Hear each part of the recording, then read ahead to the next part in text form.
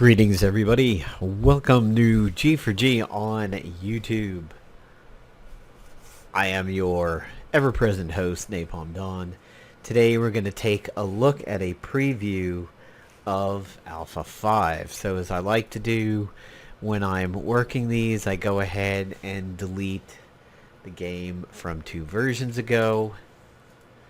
And then we extract the newest one and we keep the game that was closest to the one that I'm going to be looking at. So that is basically Alpha 4 right there.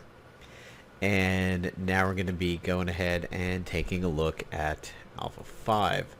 So in the background we'll see a spreadsheet. This particular spreadsheet has what Goofy has been working on for this particular build. And hold on a second. He's got it named. Alright, looks like he's got it named the same as the last version. So what we're going to do is we're going to call that one 4. And then this one will get extracted to the folder called MA Redux. It's one of the first times that Goofy has named the internal folder the same as the previous version. That usually hasn't come up in the preview builds that the preview or the alpha builds that I've been working with. So while this is extracting, since it's taken a bit, you can see here on this Google Sheet that green is complete, orange is a feature but is working, or needs a component of it but is working, red is started, yellow needs testing. And these are basically game code for certain things that are going to happen when you are in fights, like your base accuracy, your base attack, base hit points, damage multipliers, invincibility, stun, spawn status. So when we talk about spawn status, one of the things that I've been talking to Goofy a little bit about was a super annoying bug that existed when the game was live, that I even wrote at least a ticket or two to Playdom back in the day, and that is when you have a status that is supposed to kick in at the beginning of battle. Like, for example, if you were using X-Force Psylocke and X-Force Archangel, Psylocke made all X-Force team members, including yourself, invisible. Let's say Angel went first and Angel went to attack an enemy infiltrator on the other team. But let's say there was a bruiser on the enemy team that started the match with taunt. For example, Captain America. One of the Captain America skins had that. What would happen is Angel would go to attack and you would think he would be invisible, but the invisibility status hadn't come on yet. So he would go to attack. Sometimes the statuses would fire. The bruiser Captain America would taunt. Angel would get his attack intercepted. Bob's your uncle. Things are bad.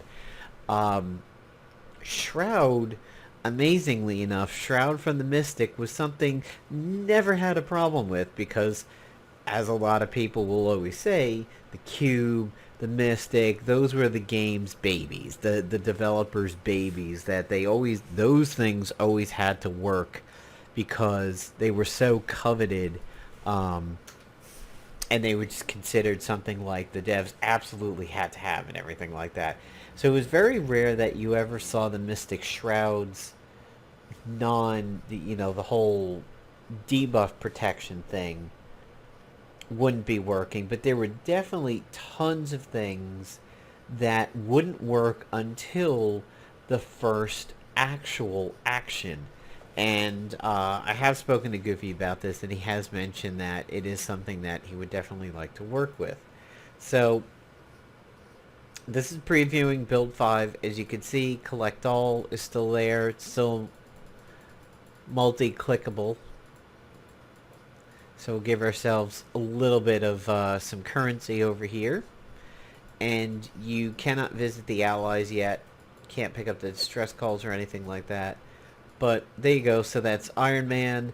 That's Agatha Harkins, J. Jonah Jameson, and Spider-Man's Aunt May. If we go to research, we still have some generic screens over here, which is good because it means he has the structure for it. The store, again, has structure to it, but we have boobs, so that's always good. Sin Bob's and Vagine. Team screen still says we have 20.875 characters, which it kills me. So if we flip around to the back of the list, we do not have the most recent characters that we had when the game died in 2016, but we do have up to Songbird, which is still pretty good. You have an example of somebody training. You have Scrapper again, which is a bug that's been pointed out. Death Locket has been fixed. So some people were kind of giving me shit. They're like, oh, this guy's going off about a sprite bug when the game's like, first of all, Goofy and I are in Discord together, we're in Facebook together, we're in chat. Like, me going off on Death Locket having the swap bug was never an indication on Goofy. It was just a reference to an old Playdom bug. And as was pointed out to me, it is something that Playdom had fixed at some point. It just took them a while to do it for something that I thought was ridiculously simple. And as has been brought up, in that when characters are flipped, it is because there is a hero version of them and then there is a boss version of them, and that is how the game kept the two separated. So for example, Magneto with his right arm close to you and facing left is the hero version, but the villain version is the left arm close to you facing right. That was what was happening with Death Locket. And I think there was another character that was mentioned was doing the same thing, where what was up on the screen was actually the sprite of the villain version or the boss version. I just forget what character was named. So, little bit of trivia for you.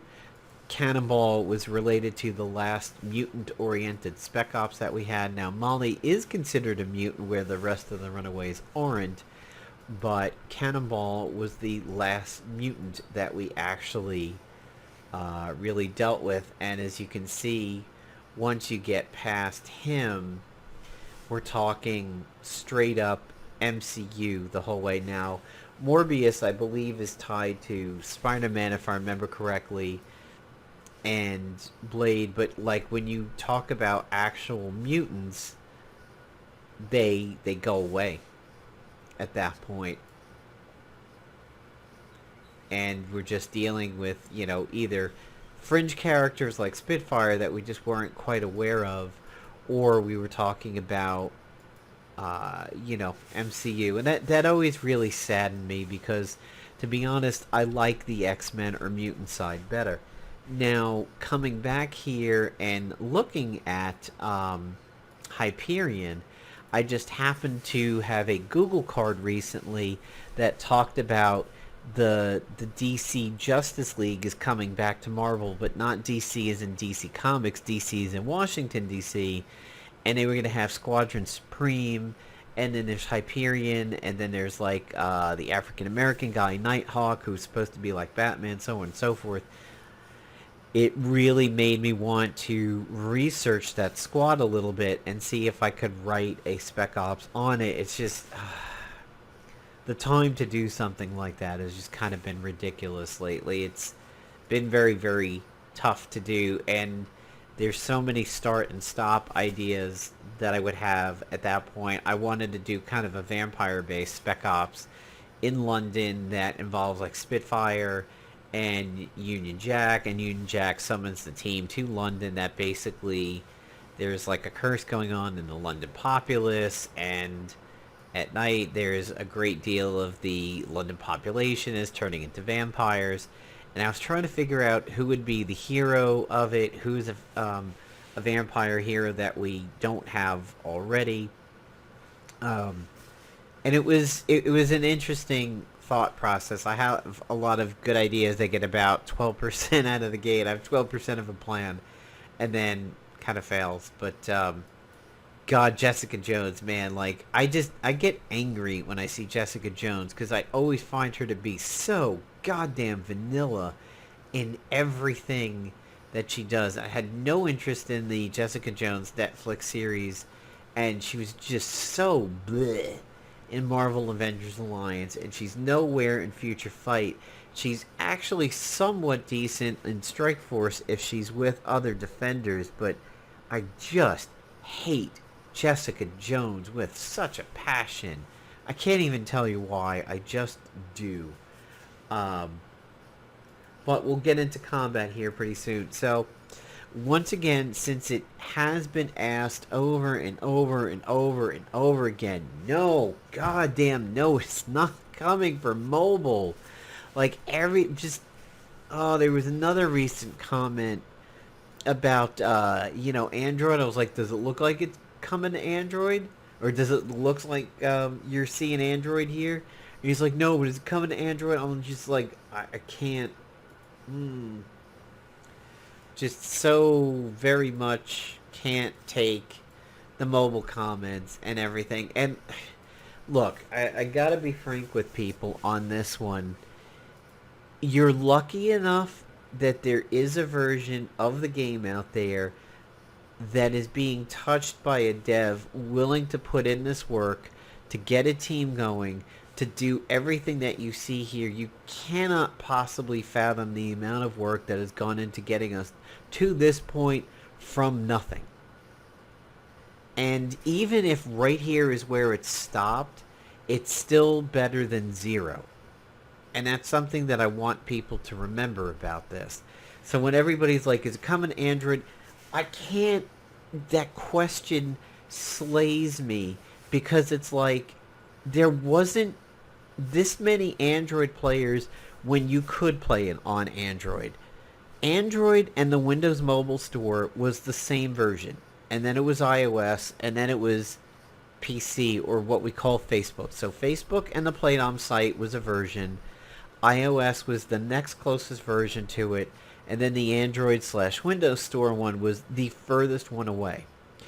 The Android Windows Store version was the biggest pile of crap out of all three versions, to the point where it may have even been a bigger piece of crap than Marvel Avengers Alliance Tactics when it came out on Facebook. But maybe I'm being a little too harsh there. The Android version/Windows Store version of it, for not this Windows Store down here, but the actual Windows mobile market, was so bad that it went untouched for at least a third to a quarter of a year between like updates at one point. It was so ridiculously abandoned.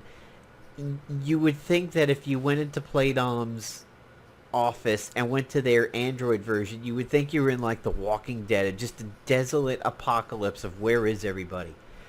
How could it have done so bad on Android and Windows that it was largely abandoned, and suddenly, now that it's been dead for 2 years, everybody comes to my comments and goes, Android version? It's like, what are you... Where were you people when you could have fucking played it on Android? And if you were playing it then, and you were supporting it then with monetary transactions, it probably wouldn't have been killed off, and it probably would have had active development. How...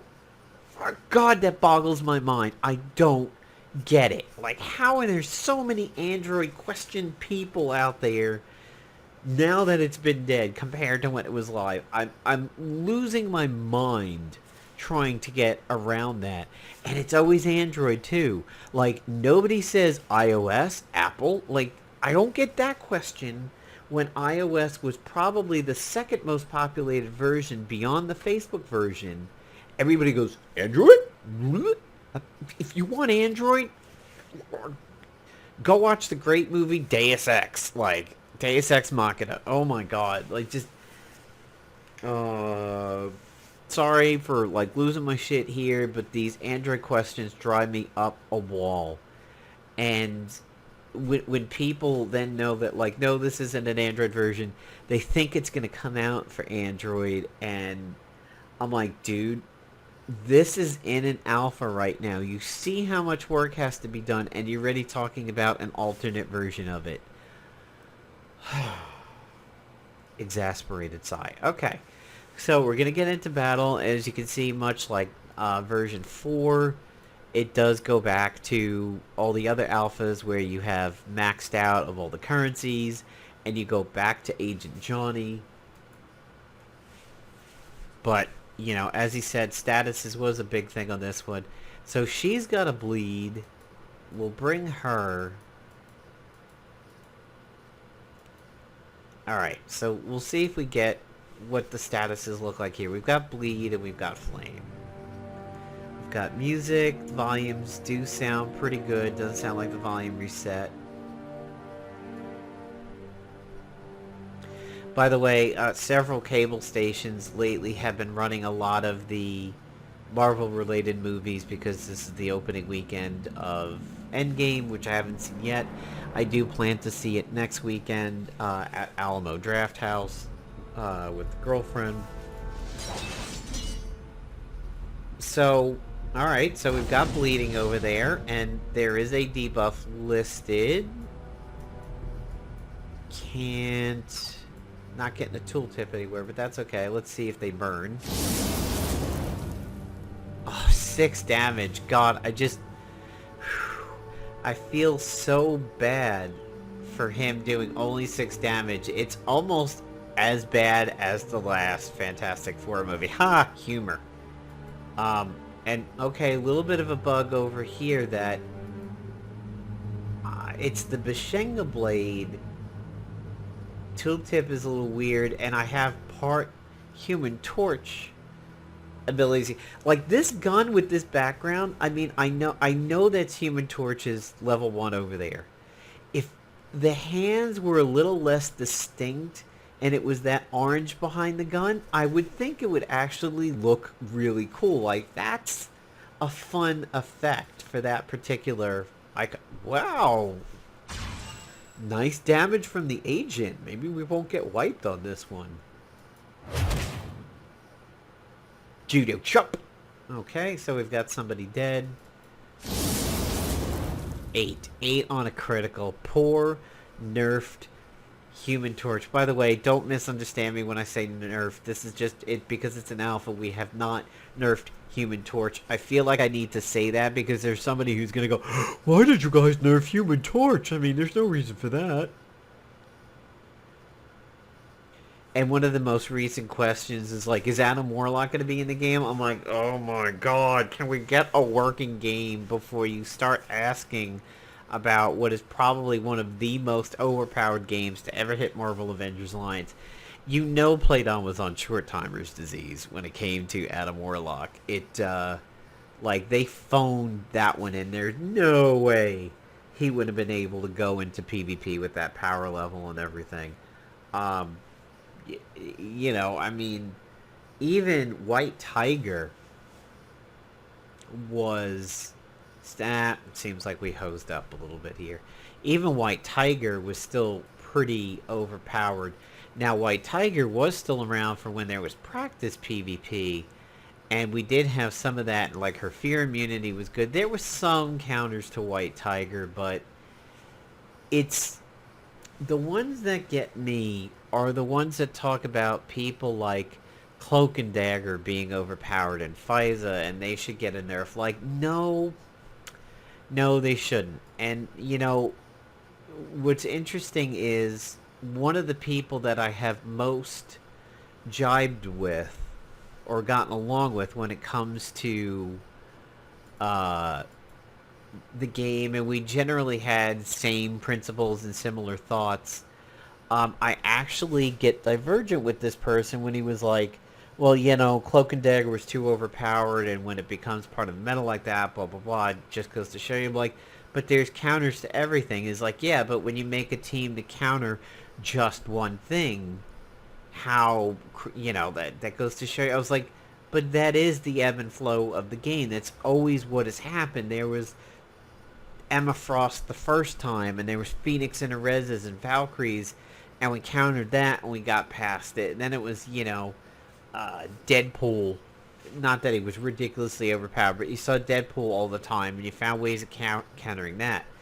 God, if you truly want to talk about one of the most overpowered characters of all time, look at Quicksilver. Quicksilver legitimately... Oh, that's going to be funny. I wonder if... I almost want to bring Kang and Doom to the same thing, but I feel like I'm just going to be smacking the enemy team with feather pillows if I do that. But it's going to be tempting. I don't honestly think he is available to pick, but yeah, speaking of Quicksilver, that's where I'm going with this. I mean, Quicksilver, if you truly think about it, is single-handedly one of the most overpowered characters of all time. And you're probably going to think, like, dude, what are you talking about? Like, what about Hero Gauge Iron Fist as combo breakers? What about Kurth? Kurth with the escutcheon, ISO, and everything like that? Hear me out on this one. It was a well-known thing that when Quicksilver was popular, he essentially wrote an entire class. Oh God. Here you guys go. Microtransactions confirmed. Goofy's put it into the game. You have to pay for a lockbox to get these weapons to use. Ha, I'm just kidding. Like, relax. There is no money in this game, but it's still funny. Like, hey, pay for this loot box. $5. You can use a needle gun. Quicksilver, especially Bisquick, known as Blue Suit Quicksilver, totally wiped an entire class out of PvP. You had characters who maybe wrote off other characters of the game or certain abilities. Like Faiza's like, well, why bring Despair? She gets rid of Despair. And that was weird. I thought I locked up, but methinks Doom is not working very well. Oh, now my agent has Doom katanas. Did you see that real quick? Just as I clicked katana, it was partially a Doom ability. Oh, we seem to be hosed up again. But anyway, so as I was saying, you know, Blue Suit Quicksilver literally ran an entire class out of PvP. You didn't bring infiltrators to PvP when Quicksilver was around because of his speed, because of him generally being a scrapper in that form.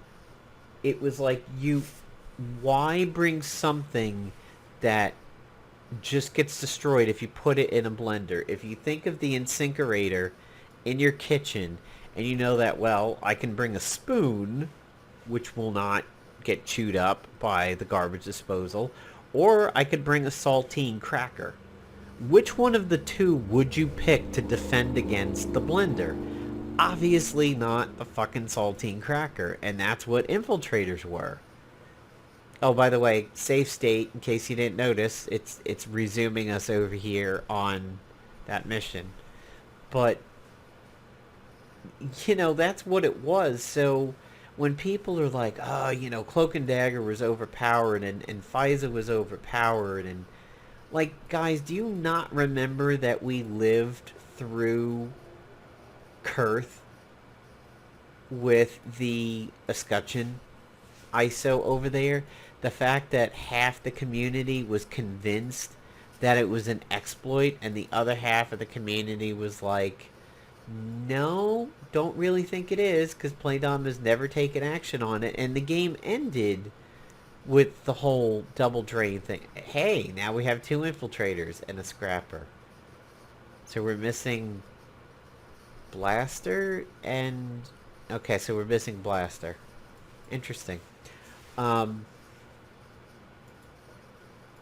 You know, we accepted that throughout the entirety of the game, and, you know, they were reasonably good with actual groundbreaking bugs like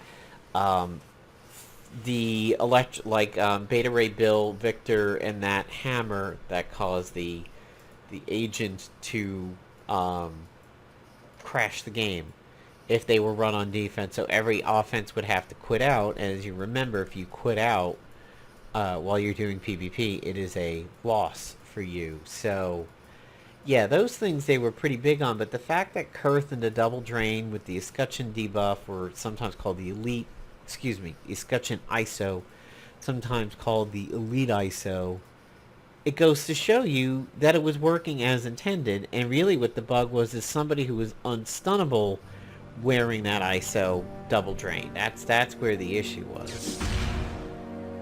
So I never... Hey, Melt Armor's the status that's working. I never agreed that Cloak and Dagger and Faiza should be nerfed. I do agree with reworking Heroic Age Iron Fist into something a little bit better than he was when the game died. I feel that is an almost necessity. Look, I have a Needle Gun Sabertooth Claw. Alright, AoE works, and I don't think I didn't get any multiple attacks there rapidly clicking like some people discovered. And I've frozen up again. Is it guns that's doing it? I wonder if it's... Alright, I'm gonna do this without an agent. We're gonna build a bleed team without an agent over here. You know, and it's interesting thing when it comes to Marvel games, or even not Marvel games, but hero RPG, comic heroes, I don't know how you would want to put it, but turn-based hero games, ever since Marvel Avengers Alliance, bleeds have become a debuff that is probably one of the most important debuffs of all time. If you look, Marvel Future Fight, maybe not as much, but if you look at Marvel Strike Force, and you look at DC Legends, and you look at Marvel Avengers Alliance, you will see that bleeds were very, very strong. And they're very, very strong in DC Legends because they stack to very high levels, and they can be used to counter rejuvenation every bit. And in Marvel Strike Force, bleeds do some pretty decent damage. There is no dot. There is no damage over time debuff in Marvel Strike Force right now that isn't a bleed. You've got Green Goblin in there, and he doesn't do poison or he doesn't do flame, which seems to me a major shortcoming. 3 Magnetos? Oh, that's a little horrifying. What is happening here?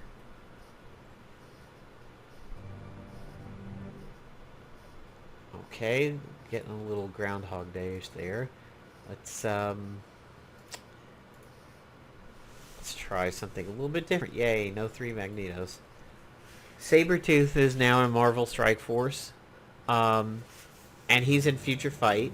He's actually considered very easy to level in Strike Force. Oh wow, we have Matrix levels of Sabretooth going on there. Trinity, help!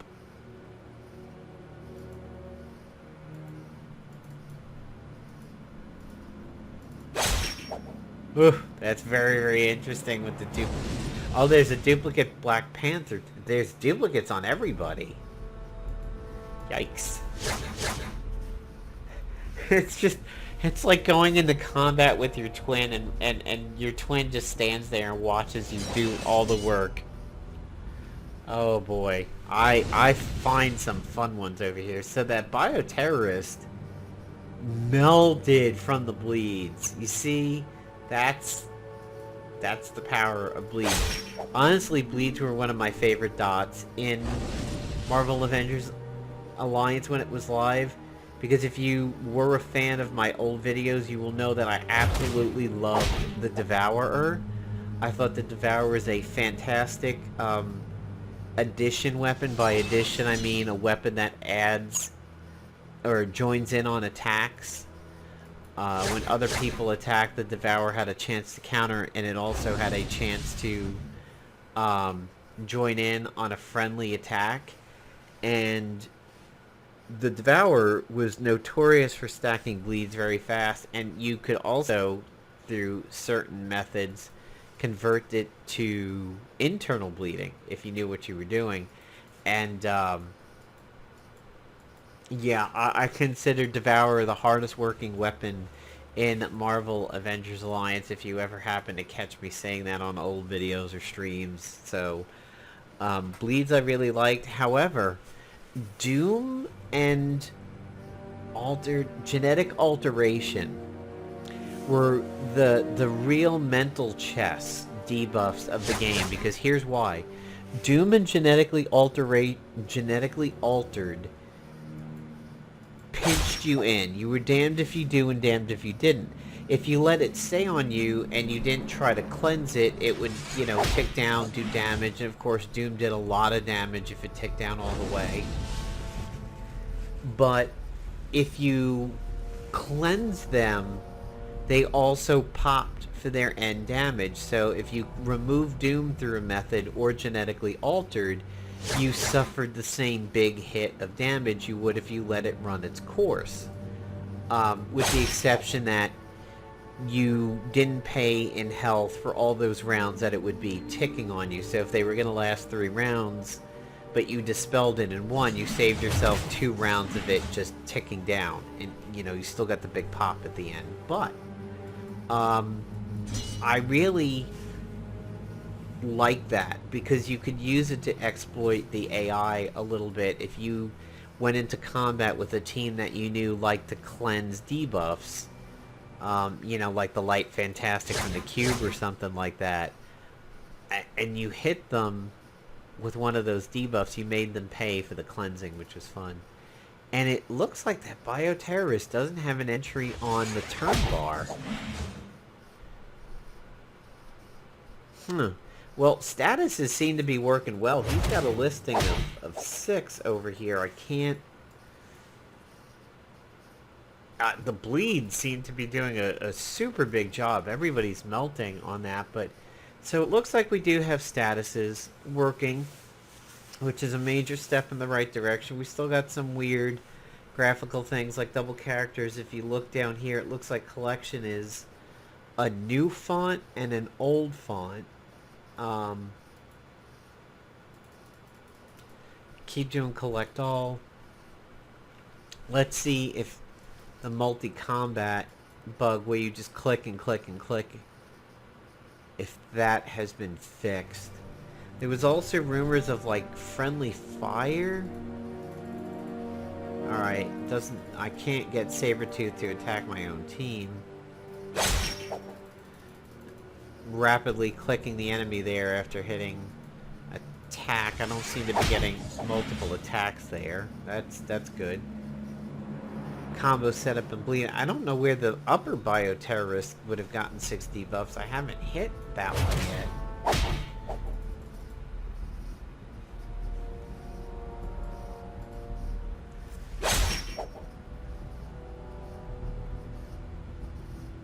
Actually, nobody's acting on the enemy team at all.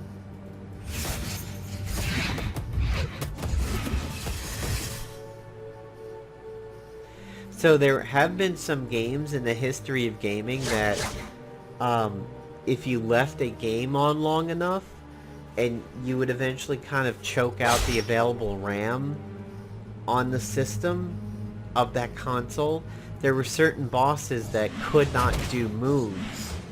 If, like, you left your console on for 4 hours, you would get up to the boss, and the RAM buffer would be so full that boss would not be able to perform any moves because there was no RAM for it to be loaded into memory. Oh, this guy's immortal? Wow, what have I discovered?